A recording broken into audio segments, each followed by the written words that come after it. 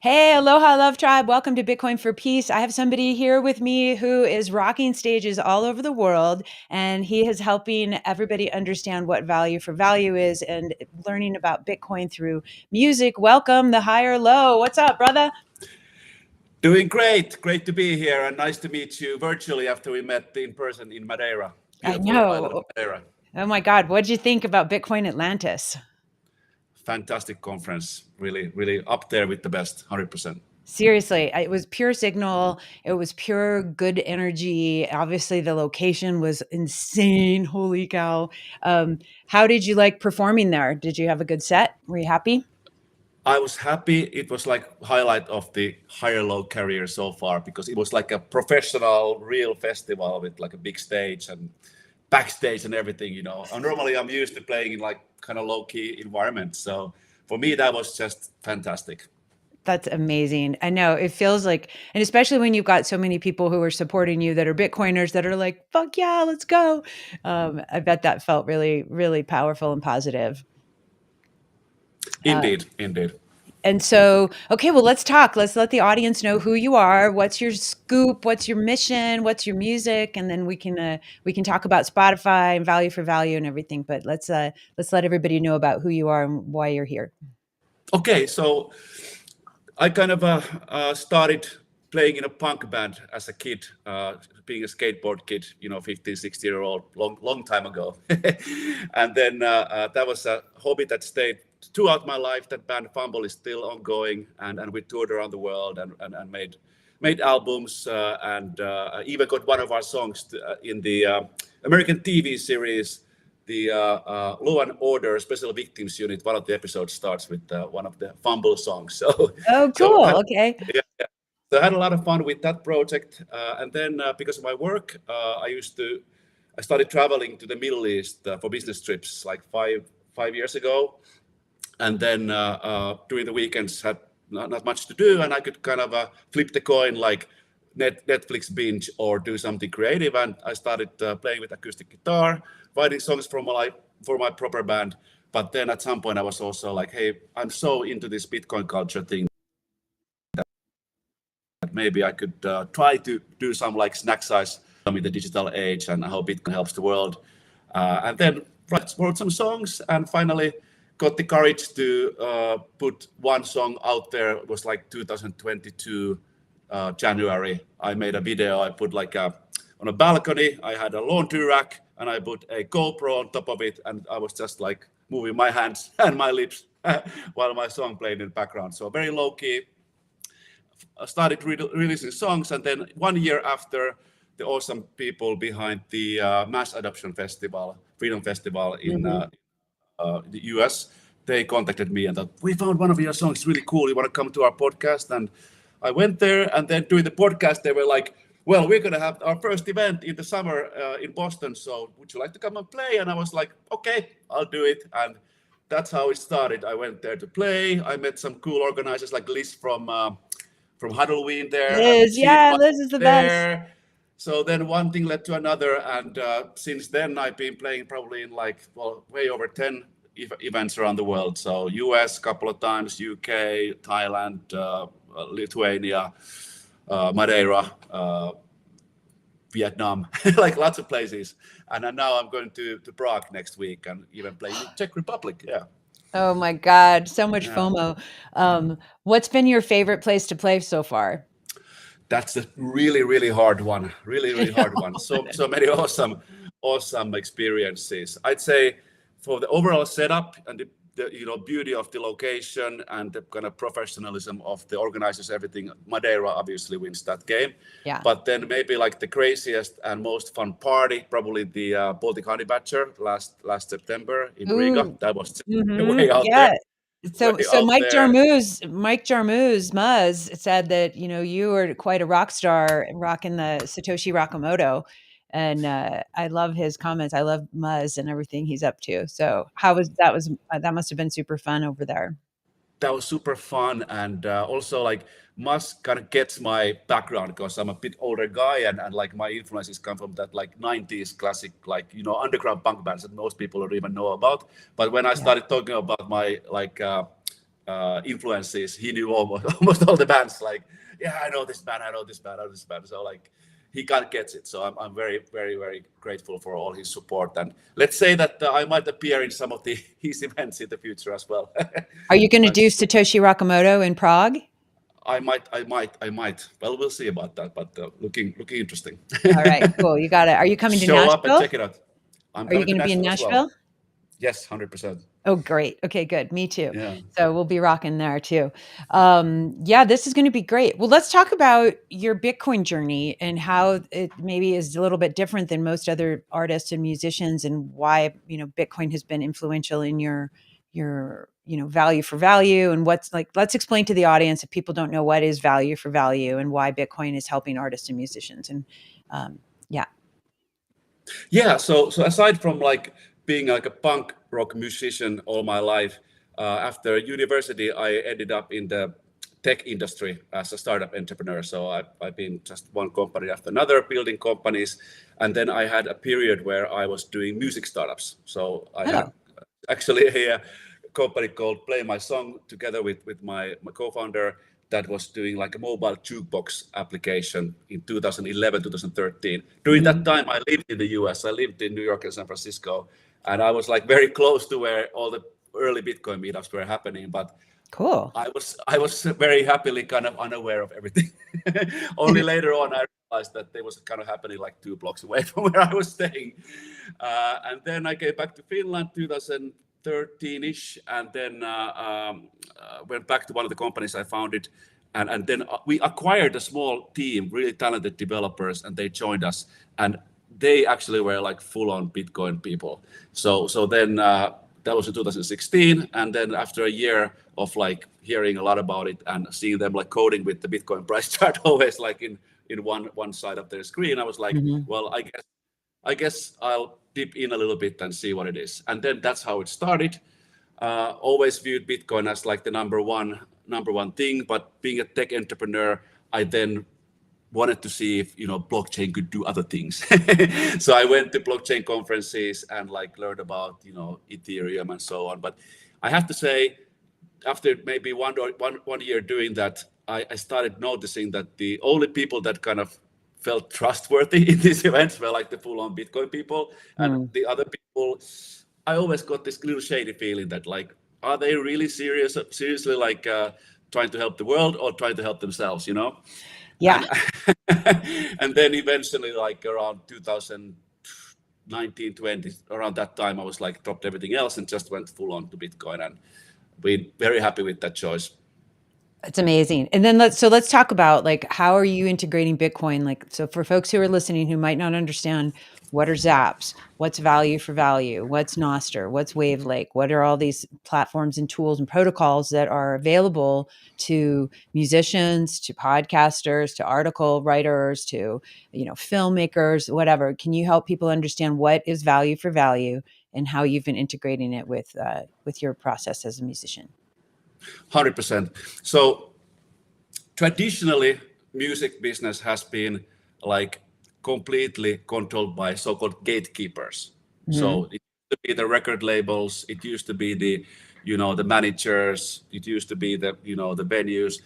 They were always kind of filtering who could get into this little game of like being successful in the music. Yeah. And there have been multiple attempts in kind of democratizing it somehow, that building systems where like the artist can go straight to the fan and so on. MySpace was an early example where like 2016 bands were able to get like tens of thousands of fans just by like clicking a button. So that was like the first wave of artists using digital technology to kind of circumvent the kind of old way. But there was no real business model there. After you click those 1,000 fans, then that's it. Maybe they listen to you a couple of times, and then after 50,000 other artists do the same thing, then you're kind of diluted in the whole thing. Right. So it remained that then you had to put your music to YouTube, you had to put your music to Spotify, you had to be successful there. And again, there's the gatekeepers that first of all, kind of curate who gets the exposure and then keep most of the money as well. So now with Bitcoin, especially with Lightning Network, that allows these instant, basically free transactions that can be as tiny as like one cent or even smaller, that can be basically sent instantly by anyone, anywhere.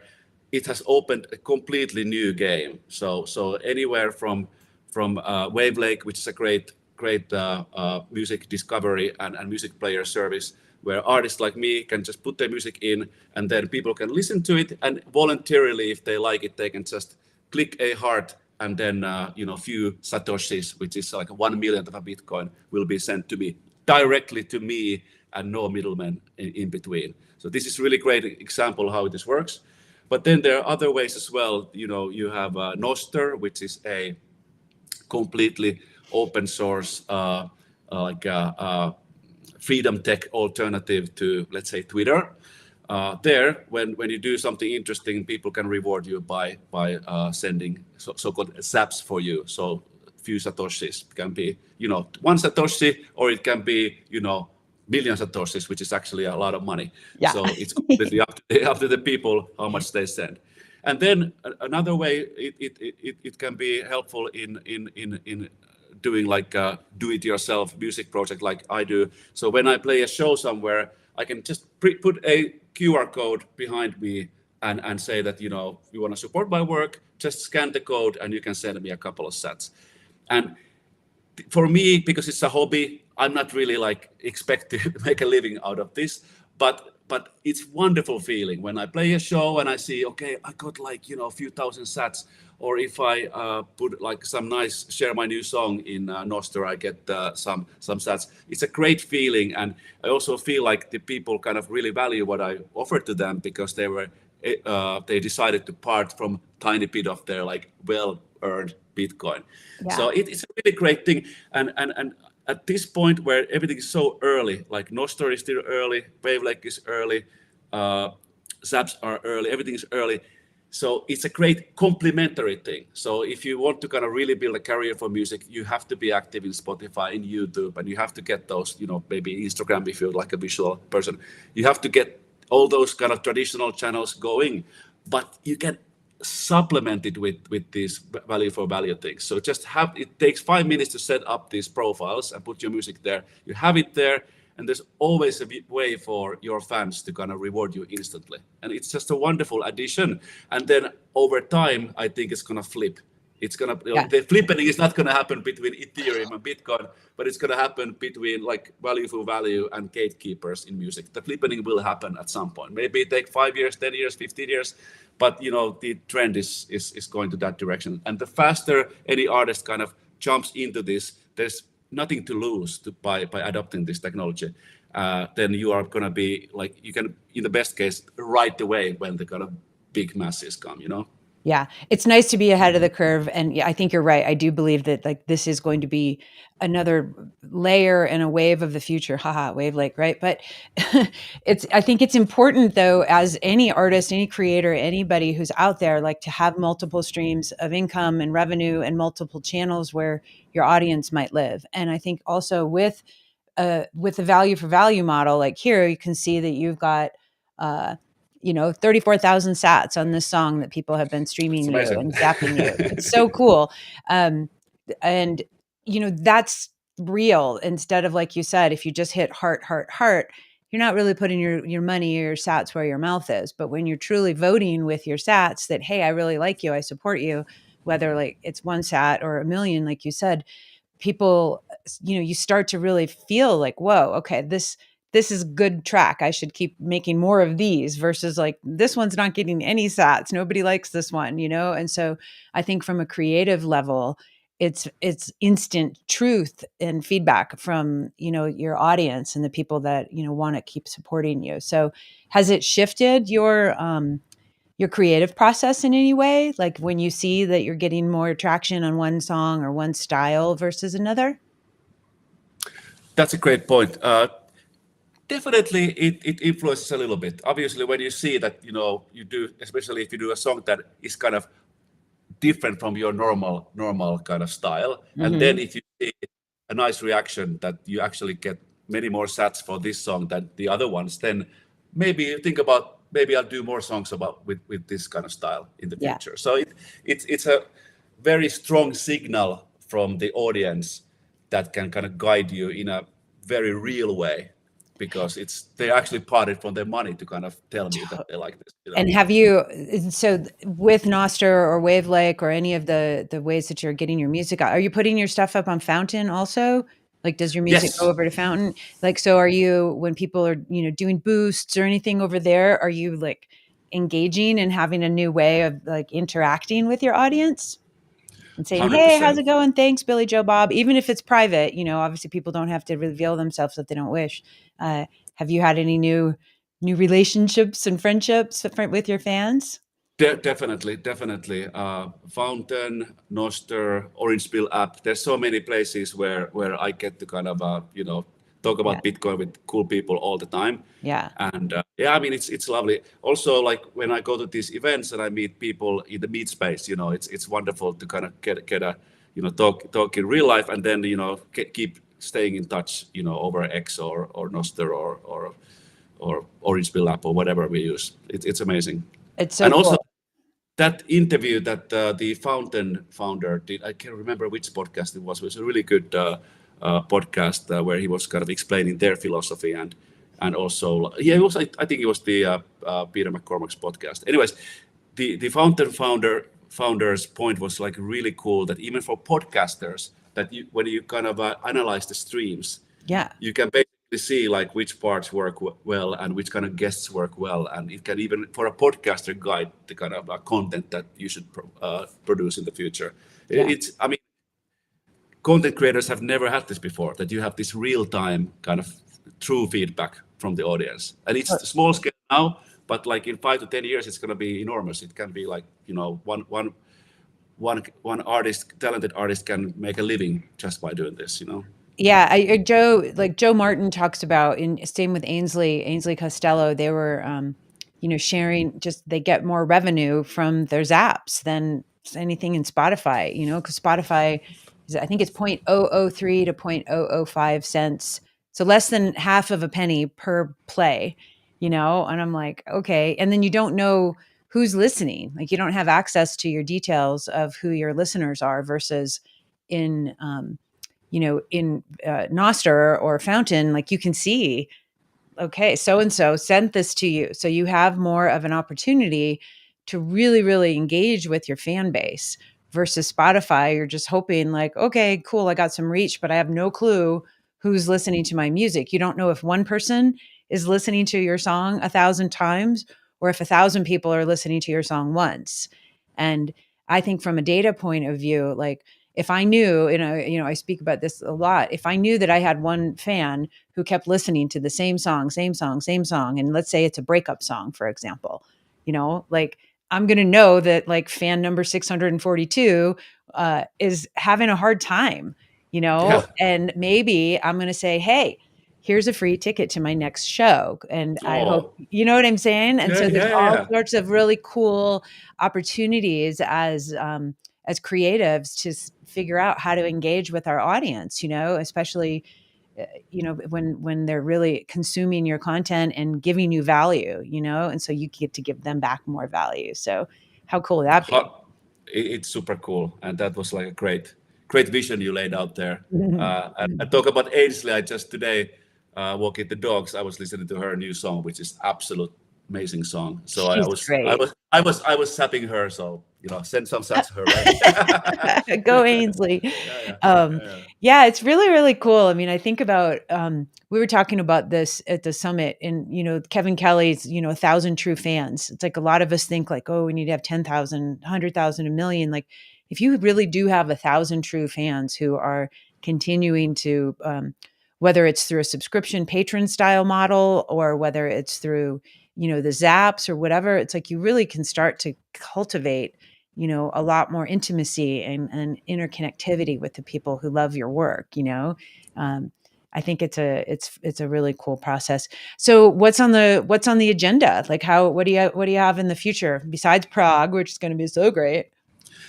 Yeah. So right now, like the fully fledged plans are Prague and Nashville. Okay. And then also I've written like, I don't know, six new songs. Really? And my friends from my main band Fumble, who were so helpful that they helped me to, because normally I just play with me and my guitar, and that's how I travel to get to places. I just throw a guitar in the airplane and go, so I don't have to kind of organize a lot of things. I just go. Yeah.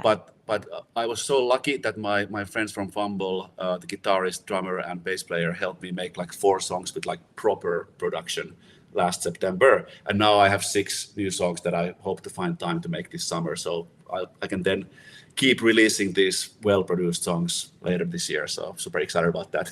That's going to be fun. I know it's always nice to get your treasures out into the world so everybody can enjoy them. And so let's talk I want to come back to Spotify and think about Tidal and all of these other companies. Like, do you envision a future where they're going to adopt and integrate value for value and Bitcoin and Zaps into their platforms? I think if they want to stay relevant, they have to. That's the way I feel about it. They are a bit like, you know how the financial system is still kind of controlled by the banks, and the banks, by definition, for the most part, are quite traditional. So like the last ones to change, and especially Spotify is heavily influenced by the record labels, and they have been shareholders in Spotify for a long time and so on. So they're not going to be the first ones to kind of let go of the old model for a new model. But over time, they kind of have to do it because people are moving to Bitcoin, people are moving to value for value, people are moving to sending satoshis to kind of creators that they love. Mm-hmm. They'd be completely missing out if they don't kind of join it. Plus, they can just add it on top of what they do already. It's just an addition, it doesn't really take anything away. Exactly. And I think that's kind of the thing that, I don't have any direct contacts at Spotify. Obviously, Jack Dorsey is part of Tidal, which I'm surprised Tidal has not integrated Zaps and value for value yet. So I'm not sure why that hasn't been done. Hey, Jack, what's up, buddy? Let's go get that going. Jack and Jay-Z, come on. But you're right. Like, it doesn't have to cannibalize their business. It can complement the business, because the reality is, obviously, artists make money because you're touring and selling merch. You're not making a ton of money because of streaming services, right? And so, why not layer that on top? Because, smaller artists are never going to get those, million plays a month, 10 million plays a month kind of thing. And so why not give everybody a chance to get a little bit more revenue with the existing platform? Because if you have more revenue as an artist, guess what? You can spend more time making quality music versus going and getting a job at McDonald's so that you can support your guitar string habit. So I think it's really, really, we're so close. We're just so close, I think, with these guys getting it, as long as they know, like, this is going to add value. It's not going to take anything away from you. We're not pulling, because, obviously Spotify, YouTube, Tidal, any of it, Apple Music, they serve a great purpose to get everything aggregated and then out. But you still have to market yourself as a musician. So let me ask you, how do you market yourself as a musician, and how do you suggest other people do that if we might be moving into a more decentralized way and not having access to these big record labels? Yeah, so I have been quite low key with the marketing side. So I just make videos and songs and put them into Wavelake, YouTube, and then post about them, and then hope that people will kind of like them and listen to them and share them.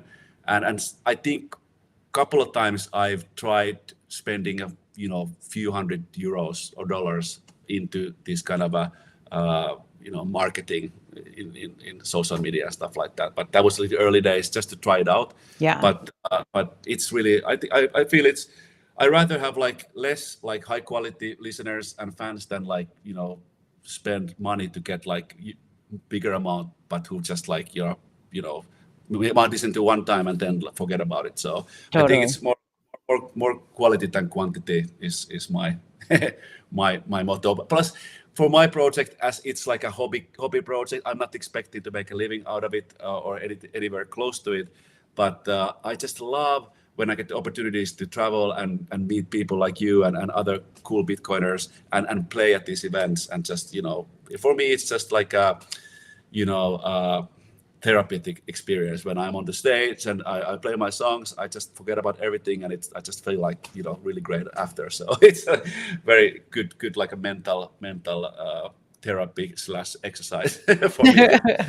I know it really is like it is as much as we're offering to our audiences when we're performing and gifting, like we're receiving just as much. It's like a symbiotic relationship, we give and then they give and it goes back and forth. And then it's just, it's magical, I think, getting to be able to be in that position, whether you're a musician or a DJ or a singer or any of it, you're dancing with a bunch of people's energies, and going back and forth. And so, yeah, I know I'm always high as heck after shows, 'cause even like I'm sober, you know, um, it's so much fun. This is great. Well, so let's make sure that everybody can stay in touch with you and keep following you and zapping you some sats everywhere. So people can go to thehigherlow.com and check out your Mhm. music and subscribe to everything that you've got going. We can also follow you on X at the Higher Low. And what advice would you have for any new people, as we wrap up a little bit? What would you say to any new musicians who are out there who are a little nervous to learn about Bitcoin and integrate Bitcoin into their workflow? Just do it. Basically, like go to Wave Lake, put your music there. It's easier than to put it into Spotify. So just do it and then like post it a little bit and then see what happens. That's my number one thing. Second thing is that don't expect that it's gonna be some like shortcut to kind of riches or anything Yeah. like that. It's gonna be a nice supplementary thing.